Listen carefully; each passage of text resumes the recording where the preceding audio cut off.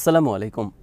ইসরায়েলে hypersonic missile হামলা, ইয়েমেনের আতঙ্কে পলায়ন লাখ লাখ ইসরায়েলির, প্রতিশোধের হুমকি নেতানিয়াহুর, সিন্ধু নদীতে পাকিস্তানে পানি প্রবাহ কমাতে শুরু করেছে ভারত, গাজাকে স্থায়ীভাবে দখলে রাখার পরিকল্পনা পাশ ইসরায়েলের, রাফায় নিহত 2 ইসরায়েলি সেনা। বিরিভিউজ ইনফোটেনমেন্টে স্বাগত জানাচ্ছি আমি তাসনিম হোসাইন। আজ জানাবো প্রতিরক্ষা সংক্রান্ত গুরুত্বপূর্ণ কিছু খবর। ইসরায়েলে হাইপারসনিক ব্যালিস্টিক মিসাইল হামলা চালিয়েছে ইয়েমেন। রোববার ইসরায়েলের রাজধানী তেল আবিবে অবস্থিত প্রধান বিমানবন্দর বেন গুরিয়নে 3য় টার্মিনালে আঘাত করেছে ইয়েমেনের মিসাইল।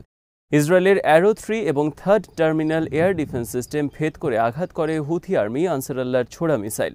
হামলার ফলে সাময়িকভাবে বন্ধ হয়ে যায় বিমানবন্দরের ফ্লাইট অপারেশন, বন্ধ হয়ে যায় ওই অঞ্চলের রেল যোগাযোগ। সুইজারল্যান্ড, স্পেন, অস্ট্রেলিয়া বন্ধ করে দিয়েছে ইসরায়েলের সাথে বিমান যোগাযোগ।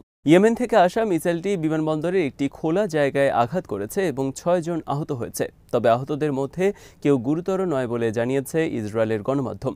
বেন গুরিয়ন অঞ্চলে কমপক্ষে 30 লাখ ইসরায়েলি বসবাস করে। হুথি আর্মি মুখপাত্র ব্রিগেডিয়ার জেনারেল ইয়াহিয়া সারি রোববার এক বিবৃতিতে বলেন, ইসরায়েলের সমস্ত এয়ার ডিফেন্স সিস্টেম রোববার পরাজিত হয়েছে তাদের হাইপারসনিক মিসাইলের কাছে। মিসাইল হামলার ফলে বেন গুরিয়ন ছেড়ে পালিয়ে গেছে কয়েক লাখ ইহুদি সেটলার।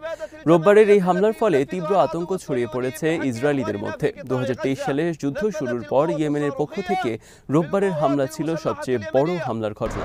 এদিকে এক সপ্তাহ আগে ইয়েমেনের হামলার ফলে বিমানবাহী রণতরী হ্যারি এস ট্রুম্যান থেকে যুক্তরাষ্ট্রের একটি যুদ্ধবিমান সাগরে ছিটকে পড়ার পর লোহিত সাগর থেকে সুয়েজ খালের দিকে সরিয়ে নেওয়া হয়েছে বিমানবাহী রণতরীটি। রোববারের হামলার পর ইসরায়েলের প্রধানমন্ত্রী বেনিয়ামিন নেতানিয়াহু বলেছেন, ইয়েমেনের হুথি আর্মিকে কঠিন জবাব দেওয়া হবে। একইভাবে কঠিন জবাব পাবে হুথি আর্মিকে সহায়তাকারী ইরান। নেতানিয়াহু বলেন, হুথি আর্মি কেবল আমাদের জন্যই নয়, বরং গোটা বিশ্বের নিরাপত্তার জন্য হুমকি। আমরা তাদেরকে আমাদের নিরাপত্তা বিঘ্ন করার সুযোগ দেব না। ইসরায়েলের রোববারের হামলার দায় নিতে হবে ইরানকে এবং এর পরিণতিও ভোগ করতে হবে তাদের। বিনা প্রতিশোধে আমরা ছেড়ে দেব না এই হামলা। আমরা একটি হামলার মাধ্যমে এর জবাব দেব না, বরং অনেক হামলা হবে। রোববার ইসরায়েলে হামলার জন্য ইরানকে দায়ী করেছে যুক্তরাষ্ট্রের প্রেসিডেন্ট ডোনাল্ড ট্রাম্প। সামাজিক মাধ্যমে দেওয়া এক পোস্টে ট্রাম্প লিখেছেন, আমরা বোকা নই। ইয়েমেন থেকে ইসরায়েলের প্রতিটি হামলার জন্য দায়ী ইরান। তারাই ইয়েমেনের মাস্তানদের অর্থ, অস্ত্র এবং যাবতীয় বুদ্ধি পরামর্শ দিচ্ছে ইসরায়েলে হামলার জন্য। তারা ইয়েমেনকে দিয়ে ইসরায়েলের বিরুদ্ধে প্রক্সি যুদ্ধ চালাচ্ছে। ইয়েমেন থেকে আসা প্রতিটি হামলাকে আমরা ইসরায়েলের বিরুদ্ধে ইরানের হামলা হিসেবেই গণ্য করব। এদিকে সম্প্রতি লোহিত সাগরে যুক্তরাষ্ট্রের বিমানবাহী রণতরী এবং ইসরায়েলের বিমানবন্দরে হামলার ঘটনায় চিন্তিত ইসরায়েল ও যুক্তরাষ্ট্র। ইয়েমেনের হাতে উন্নত মিসাইল সিস্টেম পৌঁছানো হয়েছে বলে মনে করেন ইসরায়েল ও যুক্তরাষ্ট্রের সেনা কর্মকর্তারা। ইয়েমেনের মিসাইল সিস্টেম ধ্বংসে গত মার্চ থেকে যুক্তরাষ্ট্র নিয়মিত হামলা চালিয়ে আসছে ইয়েমেনের বিরুদ্ধে। ইয়েমেনের হুথি আর্মি এর আগেও বেশ কয়েকবার ইসরায়েলের উদ্দেশ্যে হাইপারসনিক মিসাইল ছোড়ার দাবি করেছে। হুথি আর্মির কাছে হাইপারসনিক মিসাইল থাকার দাবি নিয়ে অনেক দিন ধরে বিশ্ব সামরিক অঙ্গনে নানা ধরনের বিশ্লেষণ চলছে। বর্তমানে বিশ্বে কেবলমাত্র রাশিয়া ও চীনের কাছে হাইপারসনিক মিসাইল রয়েছে। ইরানও সম্প্রতি দাবি করে তারা হাইপারসনিক মিসাইলের সফল পরীক্ষা চালিয়েছে। বিশ্লেষকদের মতে, ইরানের দাবি সত্য হলে তাদের কাছ থেকে হুথি আর্মি পেতে পারে হাইপারসনিক মিসাইল। হাইপারসনিক মিসাইল সাধারণত কোনো এয়ার ডিফেন্স সিস্টেমের মাধ্যমে প্রতিহত করা যায় না। রোববার ইসরায়েলের বিমানবন্দরের মতো সুরক্ষিত এলাকায় সফল মিসাইল হামলার ফলে হুথি আর্মির কাছে হাইপারসনিক মিসাইল থাকার দাবির পক্ষে একটি জোরালো প্রমাণ আসে। আর এতেই বর্তমানে শঙ্কিত ইসরায়েল ও যুক্তরাষ্ট্র। বিমানবাহী রণতরী নিরাপত্তার কারণে যুক্তরাষ্ট্র শেষ পর্যন্ত বাধ্য হয়েছে হ্যারি এস ট্রুম্যানকে লোহিত সাগর থেকে সুয়েজ খালের দিকে সরিয়ে নিতে। গাজার দক্ষিণে রাফায় রোববার বুবি ট্র্যাপের শিকার হয়ে নিহত হয়েছে 2 ইসরায়েলি সেনা। একটি টানেলে প্রবেশের মুখ পরীক্ষার সময় বোমা বিস্ফোরণে নিহত হয় তারা। নিহত 2 সেনা ইসরায়েলের প্রাচীন এলিট ফোর্স গোলানি ব্রিগেডের সদস্য। হামাসের সামরিক শাখা আল কাসাম ব্রিগেড এক বিবৃতিতে দাবি করেছে, তারা পরিচালনা করেছে রাফা টানেলে বোমা হামলার ঘটনা। এদিকে গাজায় রোববারও ইসরায়েলের হামলায় নিহত হয়েছে অর্ধশতাধিক ফিলিস্তিনি। গাজায় ইসরায়েলের টানা অবরোধ 64 দিন অতিক্রম করেছে রোববার। আল জাজিরার খবরে বলা হয়েছে, ইসরায়েলের অবরোধের কারণে গাজায় প্রায় 3 লাখ শিশু বর্তমানে অনাহারজনিত কারণে মৃত্যুর মুখে। অপুষ্টির কারণে ইতোমধ্যে হাজার হাজার শিশুর দেহ পরিণত হয়েছে জীবন্ত কঙ্কালে। গাজায় ইসরায়েল স্থায়ীভাবে তাদের দখলদারিত্ব প্রতিষ্ঠার পরিকল্পনা পাশ করেছে রোববার। ইসরায়েলের মন্ত্রিসভায় পাশ হওয়া এই প্রস্তাবে বলা হয়েছে, মধ্য ও উত্তর গাজায় স্থায়ী দখল বজায় রাখবে তারা। সেখান থেকে সরিয়ে দেওয়া হবে ফিলিস্তিনিদের। এই লক্ষ্যে সেখানে মোতায়েন করা হবে বিপুল সংখ্যক ইসরায়েলি সেনা। গড়ে তোলা হবে স্থায়ী ঘাঁটি। পরিকল্পনা বাস্তবায়নে কমপক্ষে 1 লাখ রিজার্ভ সেনা তলব করা হবে সার্ভিসে যোগ দেওয়ার জন্য। এছাড়া এসব এলাকায় ইসরায়েল নিজে কিছু ত্রাণ কার্যক্রম পরিচালনা করবে। তাদের ত্রাণ কার্যক্রমের মাধ্যমে হামাসের কেউ যেন উপকৃত না হয় সেটা নিশ্চিত করার কথা বলা হয়েছে প্রস্তাবে। মধ্য উত্তর গাজায় দখলদারিত্ব প্রতিষ্ঠা করার উদ্দেশ্য হল হামাসকে সেখান থেকে চিরতরে নির্মূল করা।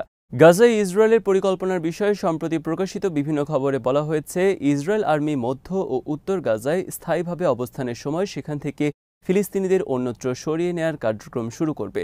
কেউ স্বেচ্ছায় ফিলিস্তিন ছেড়ে অন্য দেশে যেতে চাইলে তাদের সহায়তা করবে ইসরায়েল আর্মি। যারা স্বেচ্ছায় যেতে চাইবে না তাদের জোর করে সরিয়ে দেওয়া হবে। ফিলিস্তিনিরা যাতে গাজা ছেড়ে চলে যেতে বাধ্য হয় তারই অংশ হিসেবে সেখানে ইসরায়েল টানা 2 মাসেরও বেশি অবরোধ জারি করে রেখেছে এবং ক্ষুধাকে অস্ত্র হিসেবে ব্যবহার করছে। সিন্ধু নদীতে পাকিস্তানে পানির প্রবাহ কমিয়ে দেওয়া শুরু করেছে ভারত। ভারতের সরকারি সংবাদ সংস্থা পিটিআই রোববার প্রকাশ করেছে এই খবর। বলা হয়েছে, সিন্ধু নদীর শাখা চেনাব নদীর উপর নির্মিত বালগিহার ড্যাম থেকে পানির প্রবাহ কমানো হয়েছে। একই পদক্ষেপ নেওয়া হবে ঝিলাম নদীর উপর নির্মিত কিষানগঙ্গা ড্যামের ক্ষেত্রেও। পাকিস্তানের সিন্ধু হিমালয় থেকে উৎপত্তি হয়ে বর্তমান ভারত নিয়ন্ত্রিত কাশ্মীর হয়ে পাকিস্তান নিয়ন্ত্রিত কাশ্মীরে প্রবেশ করেছে। পাকিস্তানের উত্তর থেকে দক্ষিণে প্রবাহিত হয়ে বিশাল এই নদী আরব সাগরে মিলিত হয়েছে। পাকিস্তানের মূল নদী এটি। এই নদীর উপরই নির্ভরশীল গোটা পাকিস্তানের কৃষি ব্যবস্থা। এই নদীর তীরেই গড়ে উঠেছে প্রাচীন সিন্ধু সভ্যতা। 22 এপ্রিল ভারত নিয়ন্ত্রিত কাশ্মীরের পাহেলগামে বন্দুকধারীদের হামলায় কমপক্ষে 26 পর্যটক নিহতের ঘটনার পরপরই ভারত স্থগিত করে পাকিস্তানের সাথে সিন্ধু নদীর পানি চুক্তি। পাকিস্তানের পক্ষ থেকে বলা হয়েছে, সিন্ধু নদীতে হয় পানি প্রবাহিত হবে না হয় রক্ত। ভারত যদি পানিকে অস্ত্র হিসেবে পাকিস্তানের বিরুদ্ধে ব্যবহার করে তাহলে প্রয়োজনে পারমাণবিক বোমা ব্যবহার করা হবে। বোমা মেরে উড়িয়ে দেওয়া হবে সিন্ধু নদীর উপর নির্মিত ভারতের সব ড্যাম। ভারতের পানি চুক্তি স্থগিত করা মানে পাকিস্তানের বিরুদ্ধে যুদ্ধ ঘোষণা করা। পাকিস্তানও বিষয়টিকে সেভাবেই বিবেচনায় নিয়ে পাল্টা পদক্ষেপ নেবে বলে জানানো হয়েছে সরকারের উচ্চ পর্যায় থেকে। বিশ্লেষকদের মতে, সিন্ধু নদীর ভারত নিয়ন্ত্রিত কাশ্মীরে যেসব ড্যাম বর্তমানে রয়েছে তাদের মধ্যে ভারত খুব বেশি পানি আটকে রাখতে পারবে না। পাকিস্তানকে পানির ন্যায্য হিস্সা থেকে বঞ্চিত করতে হলে নতুন ড্যাম নির্মাণ করতে হবে এবং সেটা সময় সাপেক্ষ বিষয়।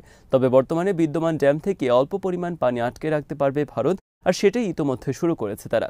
বাংলাদেশের বিরুদ্ধে ভারত যেমন পানিকে অস্ত্র হিসেবে ব্যবহার করে আসছে, ভারত তেমনি পাকিস্তানের বিরুদ্ধেও একই পদক্ষেপ নেওয়া শুরু করল। আজ এখানেই শেষ করছি। সমরাস্ত্র, প্রতিরক্ষা এবং কূটনীতির নানা তথ্য জানতে চোখ রাখুন বিডিভিউজ ইনফোটেইনমেন্টে। চ্যানেলটি ভালো লাগলে সাবস্ক্রাইব করুন, সংযুক্ত থাকুন আমাদের ফেসবুক পেজে। আল্লাহ হাফেজ।